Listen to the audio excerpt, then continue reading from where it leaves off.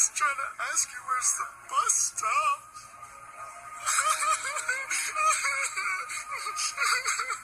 It's the bus stop.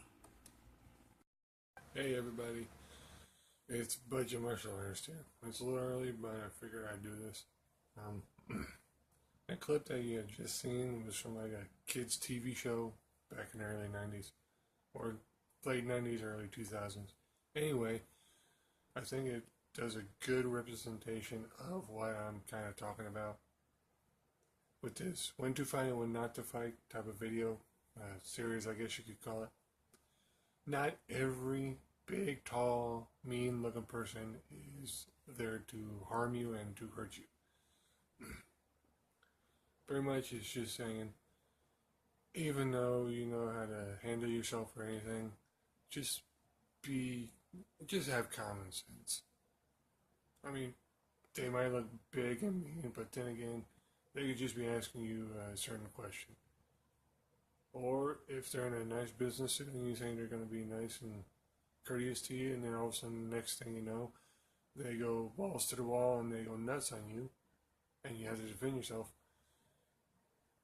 Then that's kind of your perception of the person. So don't take what you see for face value.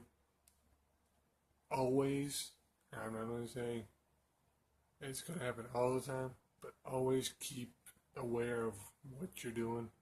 It's not saying you go out there and the first big muscular or biker guy that looks at you and says something to you is not there to harm you.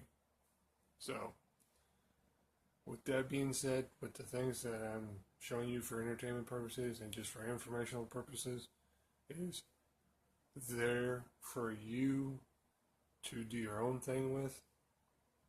I show you what I do, but you apply it to yourself, the way you think and the way you act.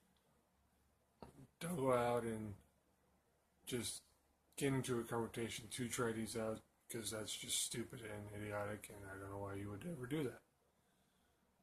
But in the same respects, just be aware of your surroundings. If you think something's a little fishy, then that's when you are on your guard. And just use common sense when you do this.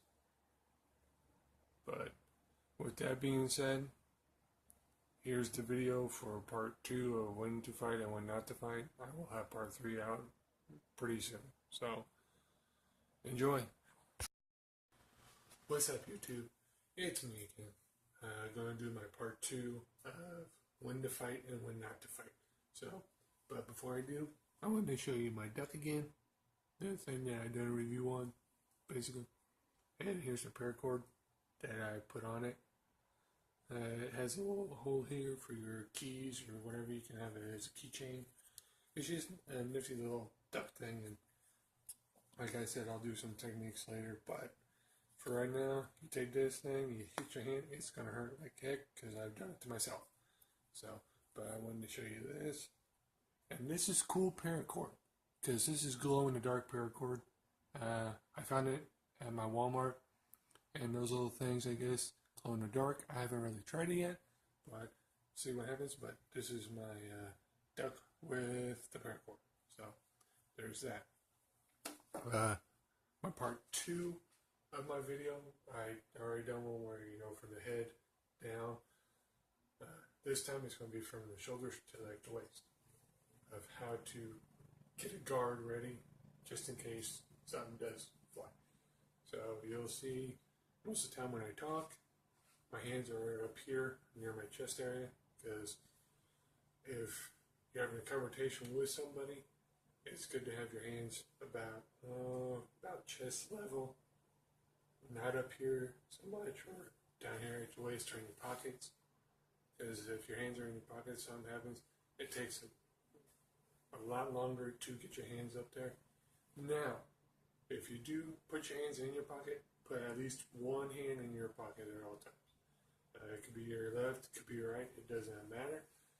Basically, just keep your strong hand out, just in case you're walking around, you're scratching your head, you're doing something, somebody comes along, you can put your hand up here to move your shirt, whatever, as long as your hand is up here.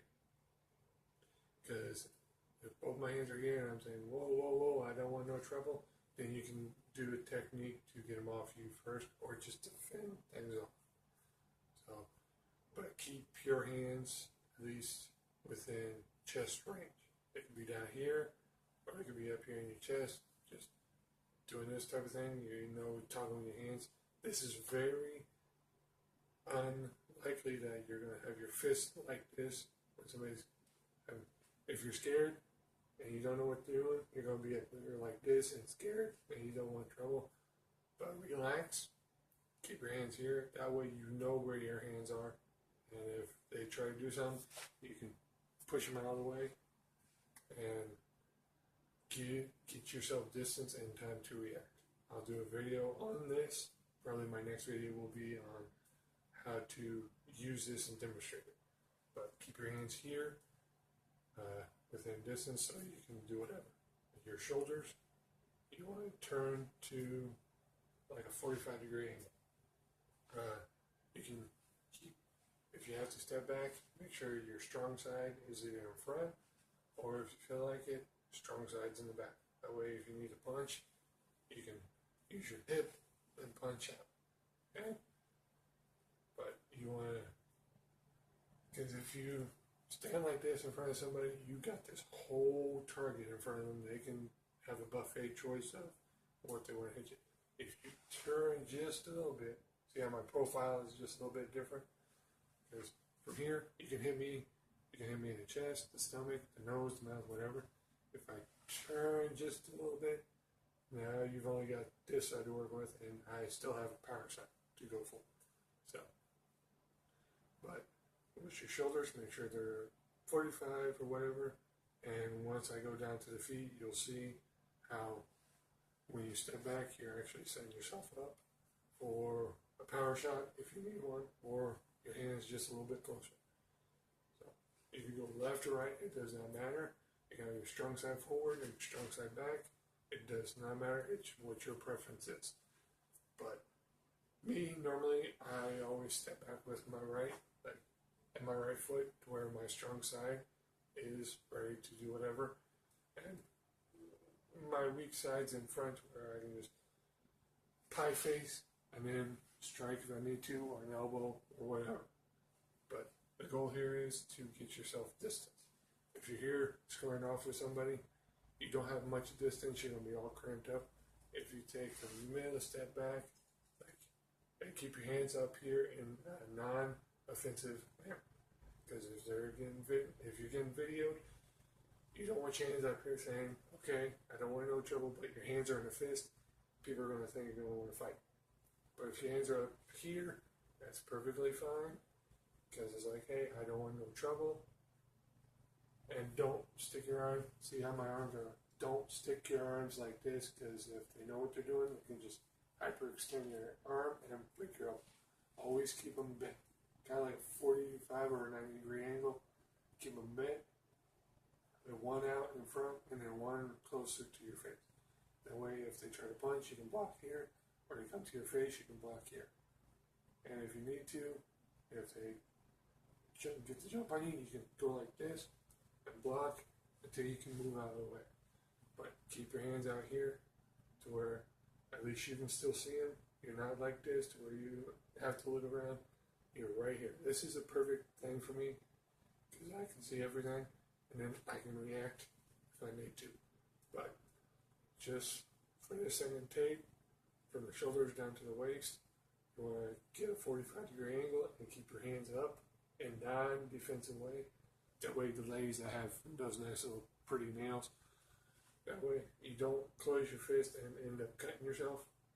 But here, you can easily just scratch towards the nose, and him in the nose, water the eyes, and run off. But if you ever feel like confrontation is coming off, you just step back and say, I don't want no trouble. And if they do come, then you can hit, kick, whatever. So that's my second video for that. So see you guys later.